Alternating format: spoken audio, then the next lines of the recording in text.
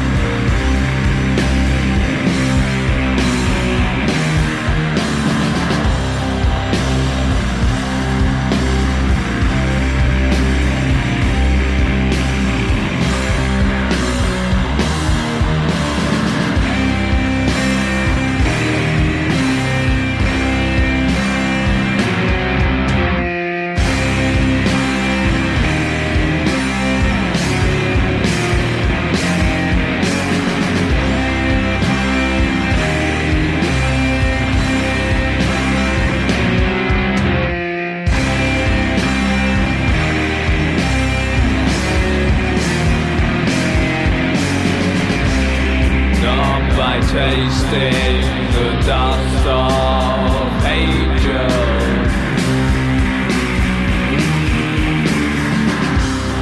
try to zap them even inside.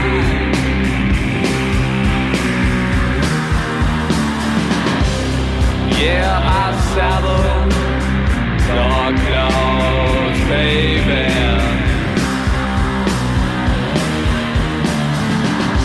My bed is bothering, so took a ride.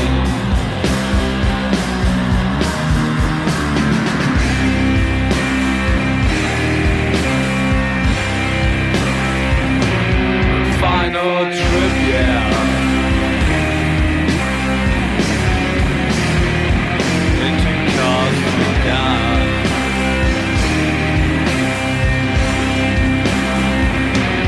Final trip, yeah.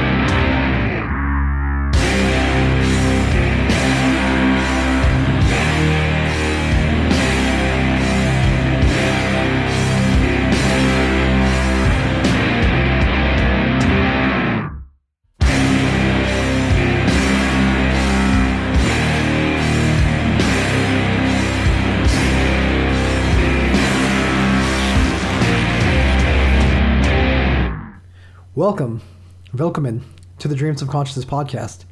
If you'd be so kind, would the two of you guys mind introducing yourselves? Sure, Steve, let's go. The oldest person in the room first, maybe. Thank you. Yeah, I'm Steve. I'm drummer and sometimes also vocalist and effect guy in Obelisk. And I pass over to you, Seb. Yeah, hi, my name's Seb. I'm the young one in the band. Yeah, young one means under 30 in this band. Under 40, sorry, under 40. My name's Seb. I'm here for playing bass at Obelisk.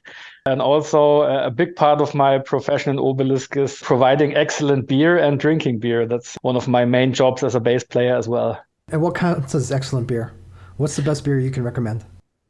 Oh, that's kind of pretty hard, because Steve would probably say something completely different than myself, because I'm much of a craft beer guy. Steve is more than an old school beer drinking guy, but I love everything that is super, super bitter, like old school IPAs, West Coast IPAs, everything in kind of that area.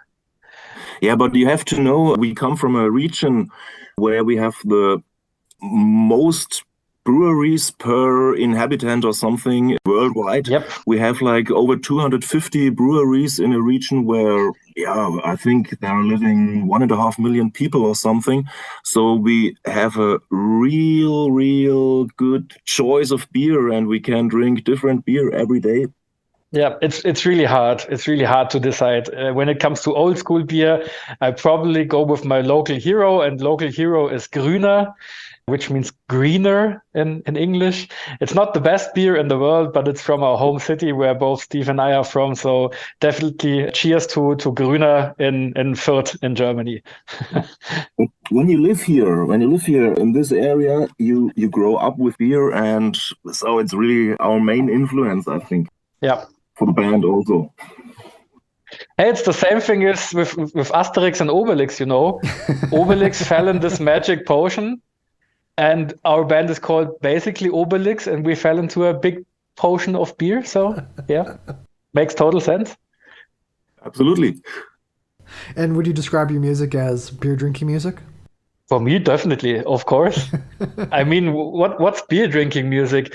I associate maybe with beer drinking music a nice, gloomy concert, a little bit of smoke, a little bit of lights, chilly atmosphere. You're not there for partying your ass off, but enjoying the music, enjoying the vibrations, enjoying the sound, the fuzz.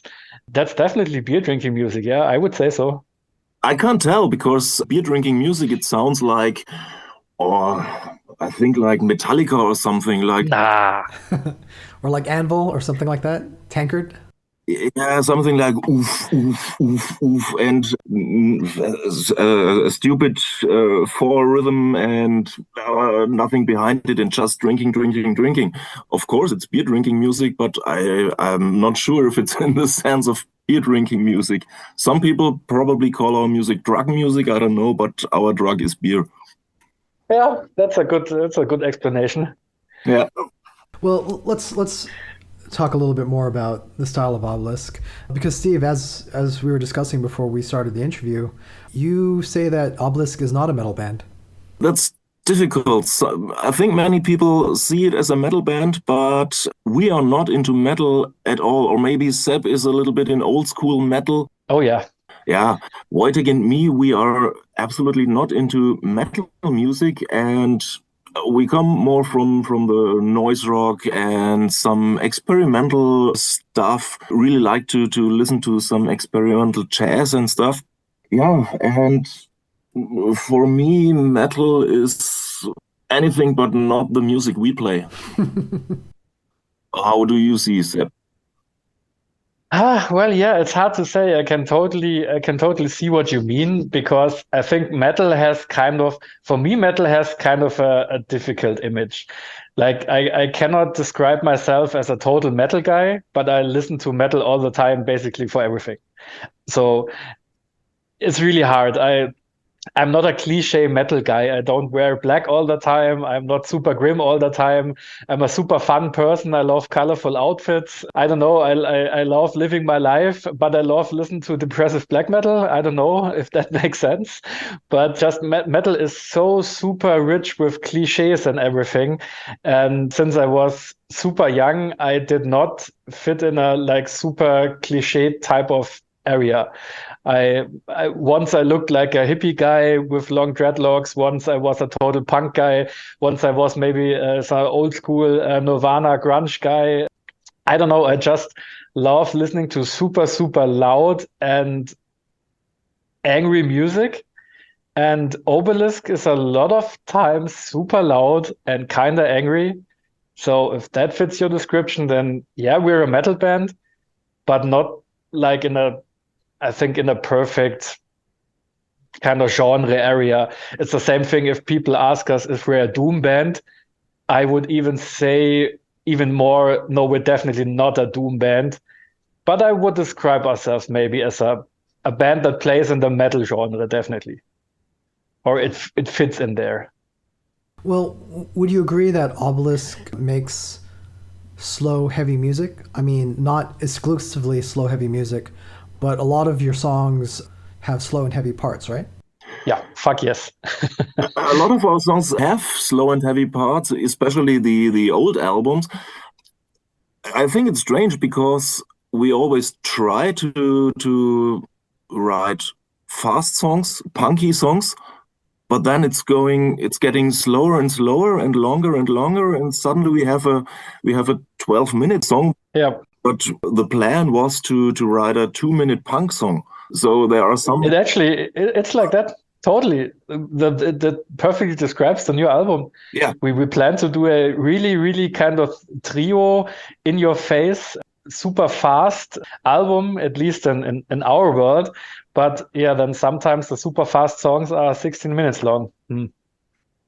Difficult. Well, that's all the beer, right? Maybe. Could be. So, have both of you been with the band since the beginning? Yeah, I was there from the beginning.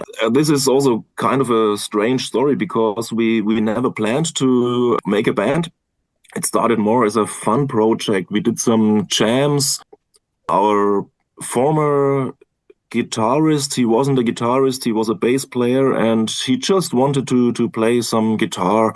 And yeah, we were friends, and he had Wojtek as a friend, and they made some sessions, and then I joined to play the bass. And in the beginning, we had another drummer, but that didn't work so much with him. And so for a session, I just set myself on the drum set, and that fitted quite good. So suddenly I was a drummer without being a drummer. I couldn't play the drums at all, but it fitted kind of. So yeah, I'm there since the beginning, and Wojtek also, but Seb joined later. Yep, I joined I think not immediately after Hymn to Pan. You did record Hymn to Pan and then play the Hymn to Pan shows and everything. Yeah, we played a little too, yeah. And then you decided to, the old bass player decided to quit. And for me, it was kind of cool because you have to know, as I said, I'm a little bit younger. Younger means I'm 35, so I'm not super young, but I'm a little bit younger than the older guys. And Obelisk, for me personally, in the area where we are from, in Franconia, Nuremberg, and Fürth, was like the band to go to if you wanted to see a super awesome live show. Not like for 1,000 people or something, but if you wanted to go to a club concert in one of the local clubs that are fit for, I don't know, 100 or 150 people or something like that, and you want to have a party, but also want to listen to good music and some good other bands, I always went to loads of Obelisk concerts, and I didn't know the guys at all. I didn't know that they live in my area and everything like that, but maybe I was a little bit of a fanboy. And then I have another band called Fairy Duster. It's like old school stoner rock, like stuff like that. And we played a festival that Steve organized at the time, the Misty Mountain Festival, where the really awesome backdrop in the background is from. And I played there with my other band, and I got drunk and did a little bit of partying with the guitar player from Obelisk at that time. And that's how I joined. It was a just pure coincidence. The old bass player left. I was there, had some beer, and here I am recording now my second album with the guys. Now, Seb, as somebody who started off as a listener and a fan of Obelisk, what did you like about their music? What resonated with you? It was the perfect combination that did not fit in any kind of genre at all. My background is I'm a super old school death metal and old school heavy metal, grindcore, black metal, everything kind of guy.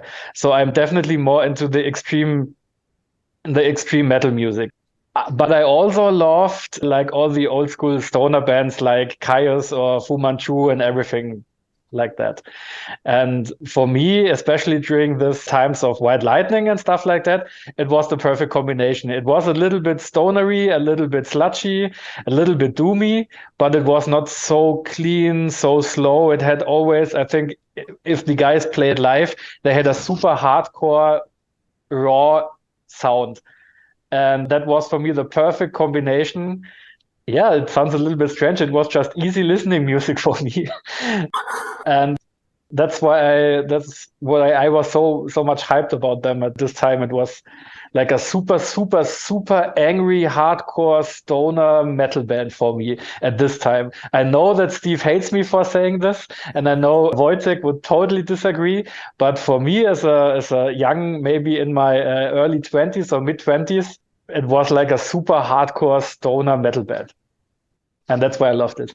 But that's not too wrong, because as we started, as I said, we started as a fun project, just jamming a little bit. And I think also if you listen to the first album, Mount Nysa, it's kind of real, this cliche stoner rock. There are very many of those stoner rock parts, and it was just that when we developed to a serious band, I think then the sound changed and these stoner elements, we lost these stoner elements and came more to sludge and doom. But in the beginning, of course. So, Steve, in the beginning, as you guys were jamming out, did you have an idea of what kind of music you wanted to make? Or were you guys just feeling it as you went along? Not at all. As I said, we were just some friends who met some here and there and drank some beer and made some music. And like Wojtek it was also a stoner rock band, and I was a guitarist in another stoner rock band from here. So these influences were quite clear. And our old guitarist, he was a real doom head, and he came from another doom band, and he brought the doom influences. So it was a mixture. Those jams were just a mixture between doom and stoner. And as I said, I wasn't a drummer before, so I was very limited on the drums. So that didn't happen so much in rhythm and stuff. We had to do this, kind of boring stoner and doom rhythms. It didn't work otherwise. How long did it take you before you were comfortable playing drums? I don't know. I did some. It started when we started playing live. It was very quick that we just had a little YouTube video, and then we were booked for shows and played live, and it got better from gig to gig, and I felt more and more like a drummer and not a guitarist. So it was just playing and playing. In the beginning, we were not able to play shows, but we just did. So I think that was the good thing to make some progress. Seb, so am I right in saying that you joined before Hymn to Pan? No, I joined after Hymn to Pan. I see. Hymn to Pan was released, and they did like a small tour after Hymn to Pan. And I think then, I don't know what it was in like months or years or so, but I joined right after the process of the new work. Actually, our first like live shows had no new songs, I think. I joined when we played just the old stuff. I think a lot of Hymn to Pan stuff. And then I started recording The Providence and now The Ultimate Grace of God.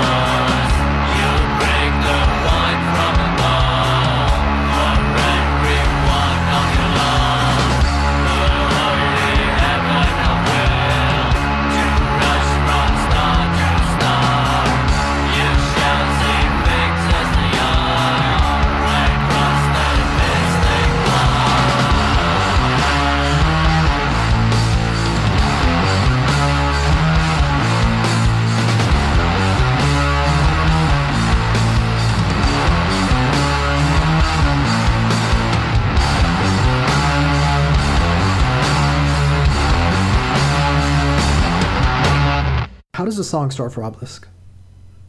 Do you guys jam? Do you guys jam out your songs?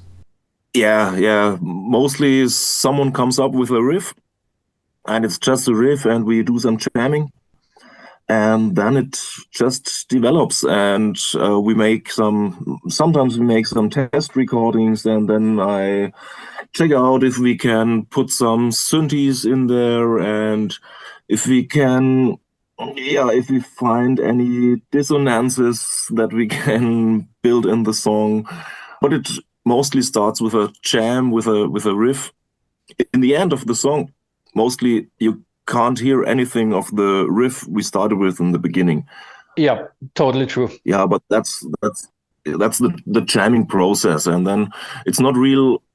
Yeah, sometimes it's kind of work on the song, but mostly it's just take a riff and let the flow come over you and see what happens with it.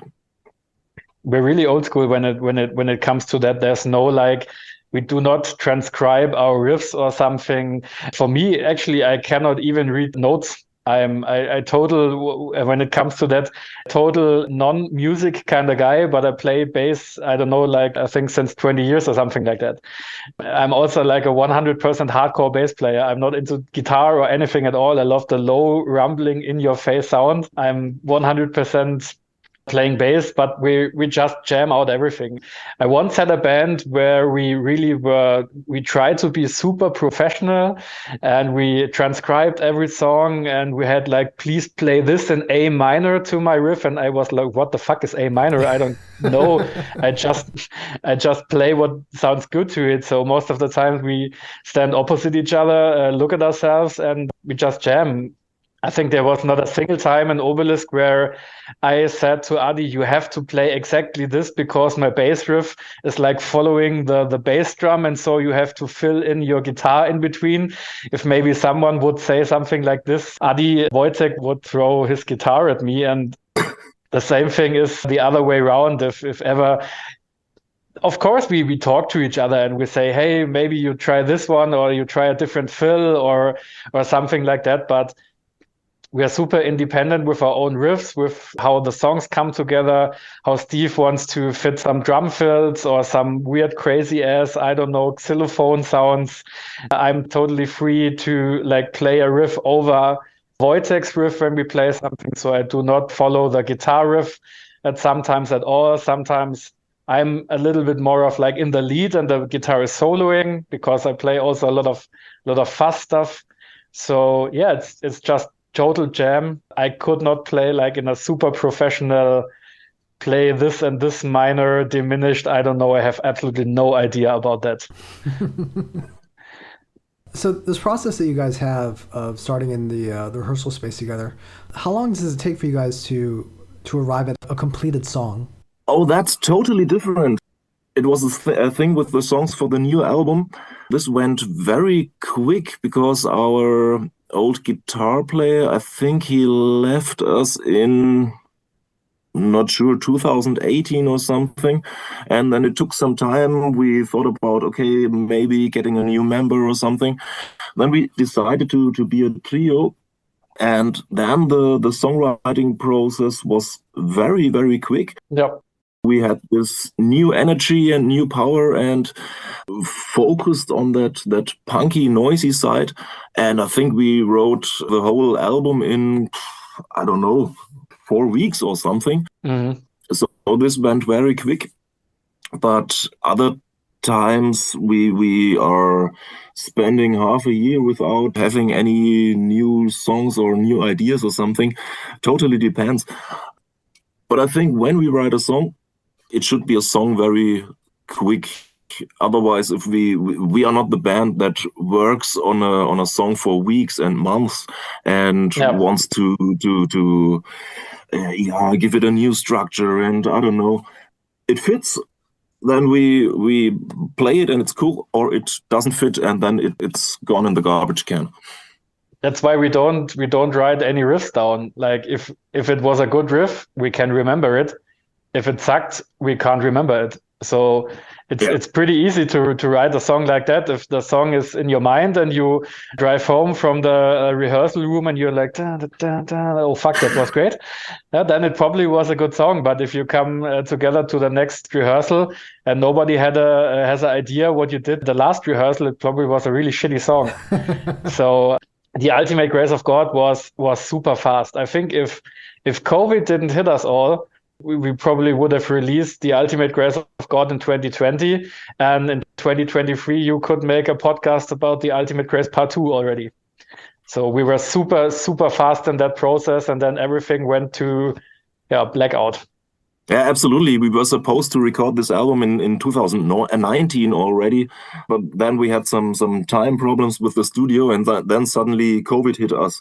So actually, it took us 5 years between the Providence and the Ultimate Grace of God, but it should be out for 4 years already now, I think. So, The Ultimate Grace of God is the name of the 5th Obelisk album, and it'll be coming out on January 27th through Exile on Mainstream. You guys mentioned that the writing for the album was actually quite fast, that you finished all the songs in about 4 weeks. You also talked about how Obelisk went from being a 4-piece to being a trio. Did the change in dynamic affect the way that you guys jam and write songs? Totally, 100%. For me, it was a big difference, because as a bass player, you have to play and you have to jam and you have to think about songs in a completely different way if you're a 4-piece band with 2 guitar players and suddenly a 3-piece band. If you're a 3-piece band, you have to play in a total different kind of way, especially together with the drums, as if you're like a 4-piece band. If you're a 4-piece band, you can easily like play standard bass stuff, do a little bit of the heavy tunes in the background. But if you want to really sound crazy and good and fussy and in your face, you have to do a totally different approach when it comes to playing bass, more like as a super low tuned guitar, not just like in the background, dum dum dum dum dum dum dum dum dum. So you have to really think about it in a different way. And actually, as our old guitar player left, there were so many riffs I played completely wrong. That was kind of funny. Steve always is laughing about it, and also Wojtek, as we were a 4-piece band, and it was just noise in my face all the time in the rehearsal room. 2 huge cabinets of guitar shouting at me. I played actually some of the songs like at totally different positions at the fretboard as I was supposed to do. And as we were a 3-piece band, I actually had to relearn some songs, because Wojtek said, "What the fuck are you playing? It's not the riff. It sounds like the riff, but it's actually not the riff. Please, Seb, do it different." So yeah, it was a completely different approach, and that reflects the sound we have right now, and also the recording process. It just felt like super more organic and easy, kind of. Now, is this the second album that you guys recorded as a trio? No, it's the first album. The Providence was still as a 4-piece. Okay. And it was the first one. But the recordings were totally different also, because the other albums, when we were a 4-piece, it was like recording the drums, and then on the next day, the guitarist came, recorded the guitars, and overdubs. So as a trio, and we also found a new studio where this was possible. We recorded the whole shit live. It was like bass, guitar, and drums in one room, and all the songs were played live in this trio. And it was a total different feeling from the other recording sessions when you had these overdub sessions.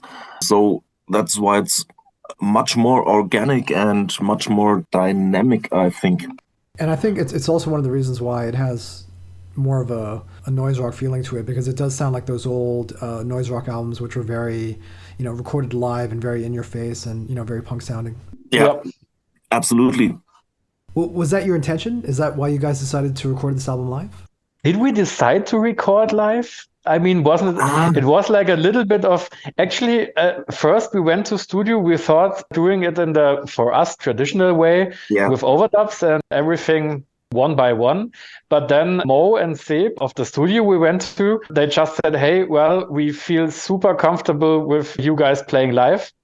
And we did some test recording with them where we played live one of the 13-minute songs. And it actually was awesome because, of course, I was like, hey, shit, we have 16-minute songs. If I fuck up at minute 14 and everything was perfect to like minute 14 and then you have to do the whole shit again? Oh, please, no. But we did a test recording with them. It's actually also on a YouTube channel. There's one video to Afterlife. It's a song from the new album, but it actually, what's online on YouTube is the old test recording, which sounds awesome as well. And we did that live, and it was basically, we were up for it. They said, let's try it. And we thought it's an awesome idea. I mean, was that a consideration in the past when you guys recorded in a more traditional way? The fact that your songs are quite long and it can be a little bit of a problem if you make a mistake and have to record all the way from the beginning again? I think before we always thought that it's easier and more exact if we record one after the other, first the drums and then the bass and stuff. And as Seb said, it wasn't our decision. We really had a luck with that studio guys, with Mo and Seb, because those are two young guys, beginning of 20 or something, and they just put up this new studio and are really nerds with hundreds of amps and cabs from the 70s in the studio and lots of stuff. There's so much stuff in the studio. Oh, yes. And I think it was really good luck to meet these guys and record the record there, because they also gave us this input and, hey, just try it, play live. Yep. We don't want to do any overdub shit. Let's play live. And we were scary, like, oh, is this working? But it was the best decision we made. It's actually super sad that they don't do anything today. They abandoned the studio, I think, 2 records after we went there with The Ultimate Grace of God. They now do a little bit of solo work as recording artists, but the studio isn't there anymore. And it was quite an awesome location. It was in an old doctor's office. It was super rundown and a little bit shabby. But as Steve said, it was like a museum. They had so many vintage crazy amps from the 60s and 70s, and you could be there like for weeks and just try different sounds. If we would have had more time, we probably would have done that. But it was super crazy location. So how did you guys end up meeting Mo and Seb?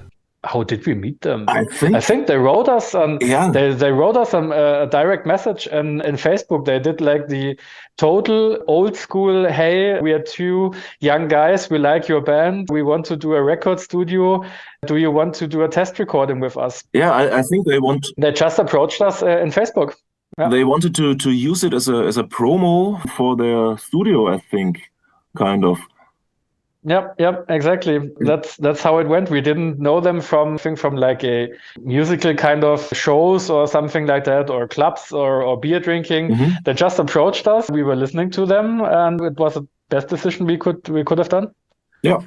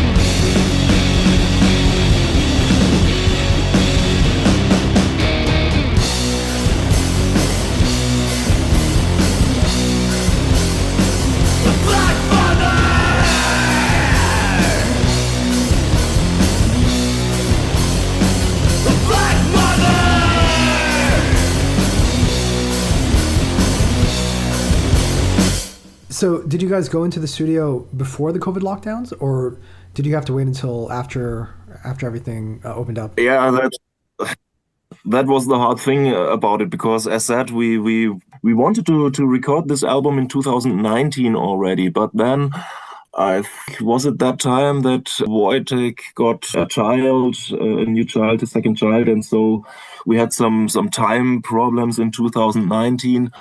So we moved the studio date to 2020.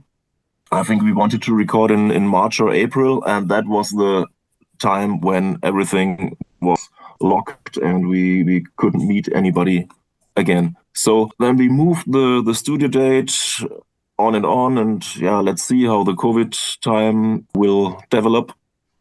And then we had this small period, I think it was in summer 2020, when you could meet more than two people again. And so we just had a week to record the stuff and went to the studio and just recorded it there. Yeah, it was really difficult for us because you have to see, in Germany, they were very strict about some COVID rules.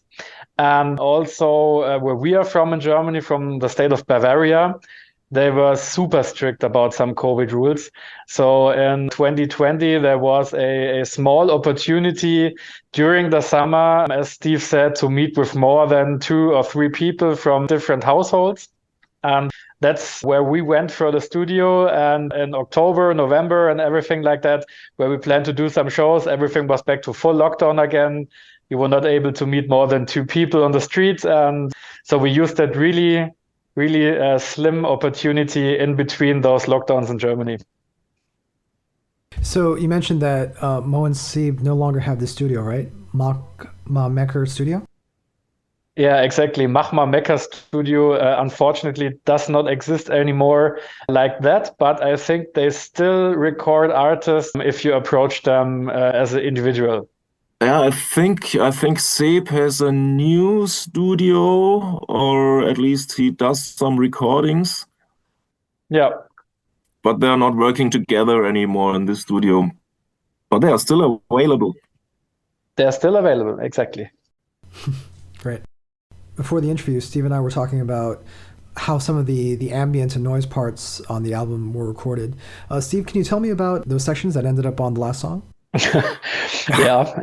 Yeah, especially the last song. That was very funny. All the noise and synthy and effects parts. Yeah, I recorded at home. We didn't record that in the studio because we didn't have so much time in the studio. So I took my little synthesizer and recorded some stuff at home, what I thought just fitted to the songs.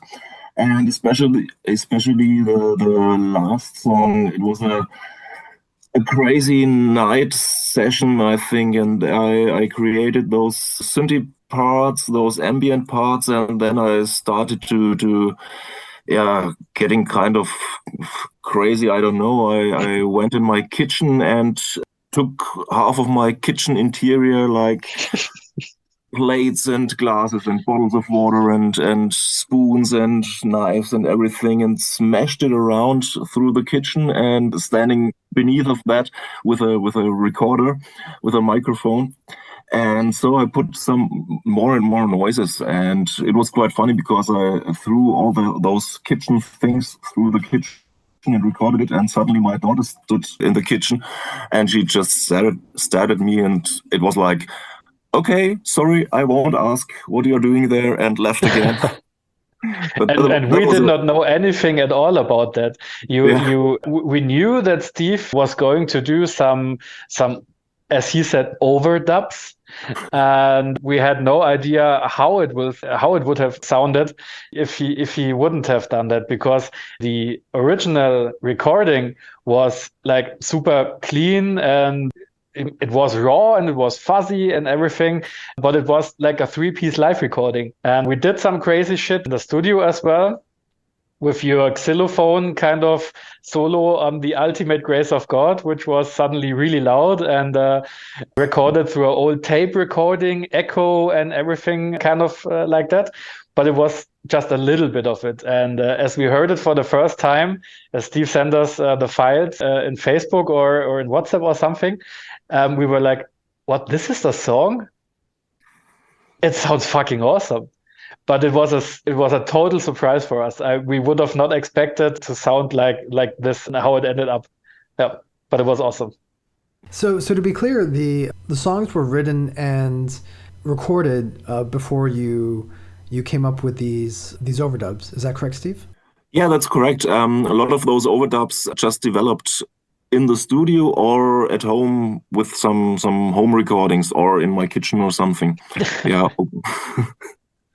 I think that's the cool thing because as a three-piece, you can write the songs with guitar and drums and bass and some vocals, and it's difficult to make something special out of it. So I really enjoy it to have a recorded song in the studio. You record it in the studio, and then just doing some experiments, recording some noise here and some noise there, and try if it fits, and maybe change the song with those sounds again. That's really fun, I think. Yeah, that was a super benefit as a three-piece band that you can just experiment and try stuff. If you're four people, yes, of course you can do it, but you always have to like fight against two big guitars with a huge sound. Yeah. And there's no way for like a lead xylophone or I don't know, an old school tuba or a trombone, or I don't know. We love to experiment with that stuff, or maybe, I don't know, go out in the woods and record bird noises and send them through a fuss. I don't know, like crazy stuff that just makes sense if you're a three-piece band and you have room and time for that. Yeah. Yeah, so that was what I was going to ask, is when you heard the recordings, if you felt that there was an added element that was missing, and so you felt you needed to add some more noise or ambience or something like that to the recording. We always wanted to do it like that, actually. We knew that the recording is not finished when we walk out of the studio.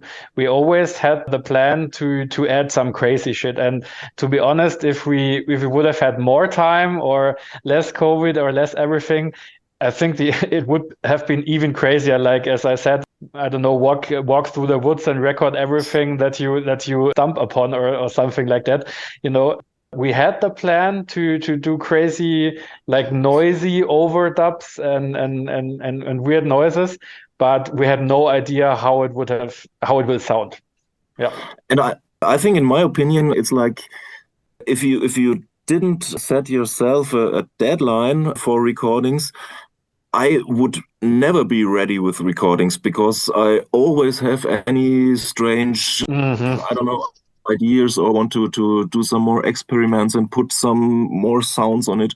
But I think the dangerous thing is that you put too many sounds on some recordings, that it's just overcrowded with noise. And so I think we just have to put ourselves a deadline for recording process. Otherwise it would be, yeah, I would never be ready. Is ambient and experimental and noise music something that you guys are also interested in exploring, or something that you guys do as side projects? Yeah, for me, absolutely. Yeah, I have this side project. It's kind of my solo project. It's also called Steve Paradise. When I especially do this, recording sounds and doing really long songs, like 40-minute songs or something. And 2 years ago or something, we started to play that live. I found a drummer and a bass player, and we do this improvisations. So we have this song structure and then trying to do sounds and improvise, and having this 40-minute songs, building up some sound walls and stuff. So yeah, for me, absolutely, I'm a lot into experimental music and this stuff. My hero personally is when it comes to that is Vangelis. It's totally different kind of music, like electronic, ambient, orchestral stuff like that. The famous Greek composer, famous for Conquest. The Blade Runner soundtrack, right? Yeah, exactly. Blade Runner soundtrack, or Conquest of Paradise, the famous Chariots of Fire, the famous pop song. I love this sound. And actually we talked, it doesn't have to do anything with Obelisk at all, but we talked a lot about maybe fitting more ambient or electronic elements to our music, but not as a plan, just if it fits.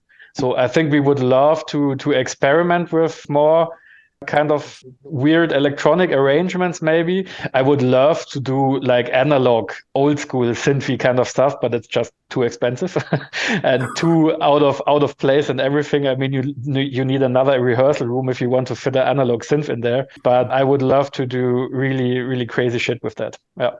And we can speak a little bit about your plans for future recordings, but I think we need to say something about Mr.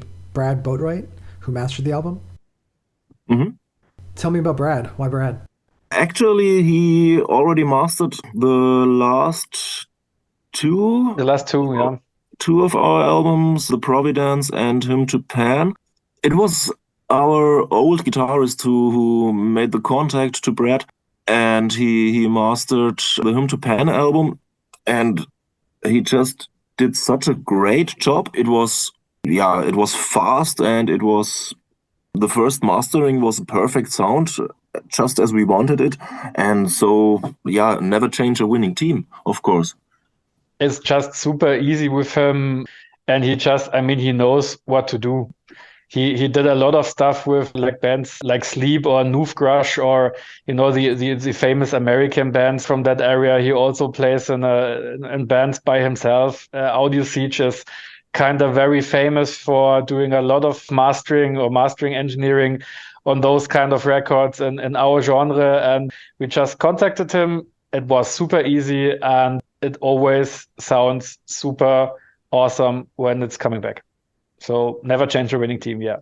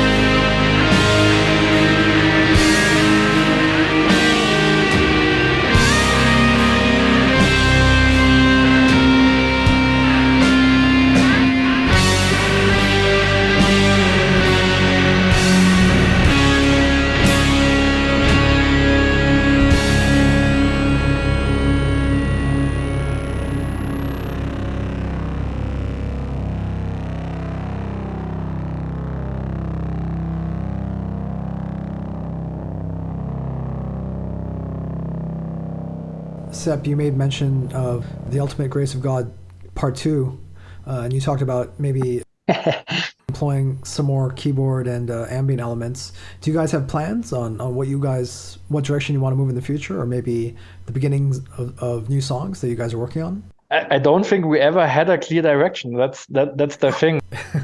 I cannot say if our next. I think it will always sound like Obelisk. I think even if just one of us is left, and we play and we do a solo Obelisk record one times because no one wants to play with each other anymore. Yeah, an album with 3 keyboards or something. Yeah. Yeah, but it will still sound like Obelisk. You guys can do what the Melvins did, and everyone releases their own solo album. Exactly. And probably it still will sound in some way like Obelisk. So I don't think that there are any specific plans to move into like a, I don't know, country dubstep death metal direction. But there's also no plan to like record an old school back to the roots Obelisk Doomstoner album. I think we will do the same thing as for this album. We just meet sometime in the future again in the rehearsal room. We played some shows. We talked about some stuff. We have new influences. Maybe Steve bought, I don't know, some more children's instruments or toys or something like that make weird noises. And then we just see what comes out of it. We're going to have to get Steve a bigger kitchen for the next album. Yeah. Yeah. Actually, I once saw some guy on YouTube who recorded a song only using kitchen equipment, but he did a full blown out metal song with that because he distorted everything. So he used some rubber bands from old glasses, and he used cutlery, and he used stuff like that, and he used shitloads of effects and downsampling or upsampling or whatever he did, and it sounded like a full blown out metal record. So, it's fun. It's fun to record that stuff. Yeah, absolutely. Yeah, but I think that's the cool thing with Obelisk, because we don't have any strict borders or something. And of course, now first we concentrate on the release of the Ultimate Grace of God and want to play some shows and stuff and promote this album. But then, if we feel like it, then maybe Wojtek comes with an acoustic guitar and I have a new keyboard, and let's see what happens. Who cares? I always wanted to play balalaika. I always wanted to buy myself a balalaika because it just looks fucking awesome. And I'm going to record a country dubstep death metal album before it becomes mainstream and trendy. Yeah, sure. Of course. Yeah. Go for it. Yeah. Let's do that. So The Ultimate Grace of God will be out on January 27th through Exile on Mainstream Records. Mm-hmm. Guys, how can people order the album? What's the best way to get it?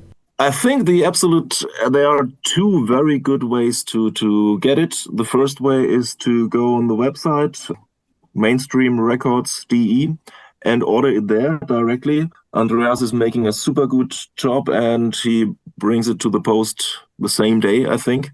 So go to mainstream. He's faster than Amazon. mainstreamrecords.de. And the other way is to visit one of our not too many shows, but we will play some shows, and go to the show and buy a record there and drink a beer with us. What is absolutely forbidden from our side is to order that shit on Amazon or somewhere like this. Please don't. So, please don't. Go to your local record shop or go to Andreas at Exile on Mainstream Records, or come to our shows and buy your record there, and then everything is cool. Yeah, Exile on Mainstream has a good distribution network, so you probably will be able to buy it anywhere you can buy like a normal record of that genre. So it's listed everywhere, but the best option would be directly through the website. Support your artists, and know it will be released on Amazon. Definitely, it will be there. You can buy it, but please don't. And if you go to mainstreamrecords.de, then you don't order just the new Obelisk album. Listen to the other bands. You can't do anything wrong.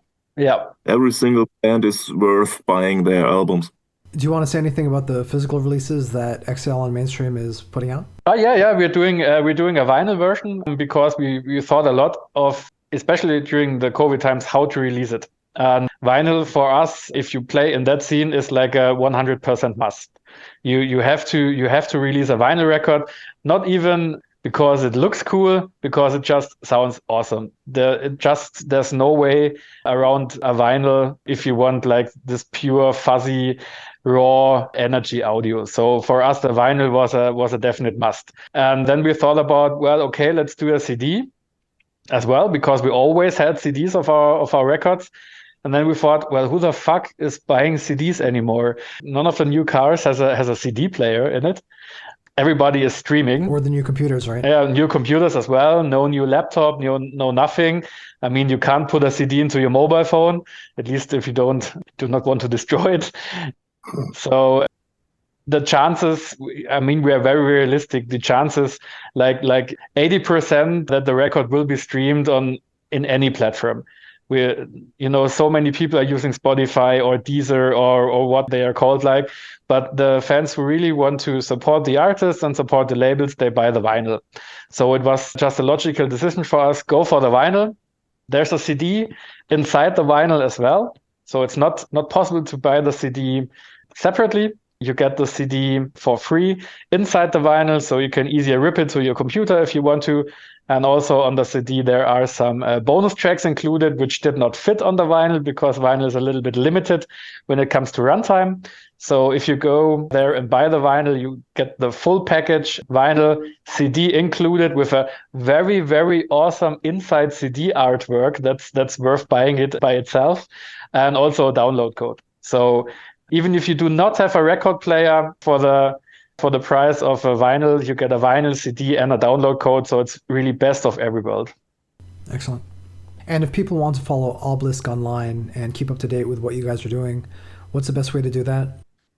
And the easiest thing would be to just type Obelyskkh into your Facebook search algorithm. Our Facebook page is the Obelyskkh Ritual, but just put Obelyskkh somewhere. That's the good thing, because we write Obelyskkh with S, K, K, and H.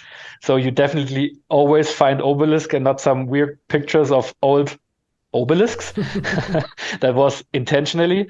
So if you just Google... Or Asterix friend, right? Or Asterix, yeah, exactly. So if you just Google Obelyskkh, you will always find us. You will always find our Facebook page. We also went back to Instagram. We have to see about that. We're not so much into Instagram, and we definitely won't do a TikTok. So no 5-second clips of us posing at a beach or something. We have to disappoint you. I'm really sorry. But if you want to follow us, the best option is Facebook and Instagram. Always comes with the Obelyskkh Ritual, but just type Obelyskkh into Google and you will definitely find us. Excellent. Is there anything else you guys want to say? Thank you very, very much for this podcast, because it was my first podcast. It was really cool, and I actually would love to do more of that. I'm very sorry for our German accents. We cannot hide them. So No. We're big fans of accents on this show. Trust me. Okay, Norway, perfect. Sweden, Denmark, Japan, all over the world. Everybody comes in with their accents. It's great. Okay, thank God. So you have a little bit of education, how a German English accent sounds. That's us. We cannot hide it. We won't hide it. It's just not possible. So that's what I want to say to all of you. Thank you very much who's listening. It was a pleasure, and we would love to do more podcasts. It was actually awesome. For me, it's absolutely the same. I have to say thank you for this podcast. I don't have any experiences with podcasts, and I'm really excited. And what I want to say more is listen to Obelyskkh, drink Franconian beer, and just enjoy your life. Go to shows. Super important. Go to important. live shows, please. It doesn't matter what it is. Go to country, dubstep, death metal bands. We don't care. Go to a local indie pub. Go to your hipster festival. Go to your depressive black metal. Everybody hates each other gig. I don't care. But go to local music. Again, it's so super important for everyone in the underground, in the independent artist scene, to just go out there, pay €10 or $10 or something, have a beer. Even if you do not like the music 110% just go out there, because otherwise, in 5 years ago, you have to go to an Amazon live stream of, I don't know, Justin Bieber and watch it in VR, and that's the most underground shit you could enjoy. Word. Excellent. Dankeschön. Thank you as well. Thank you.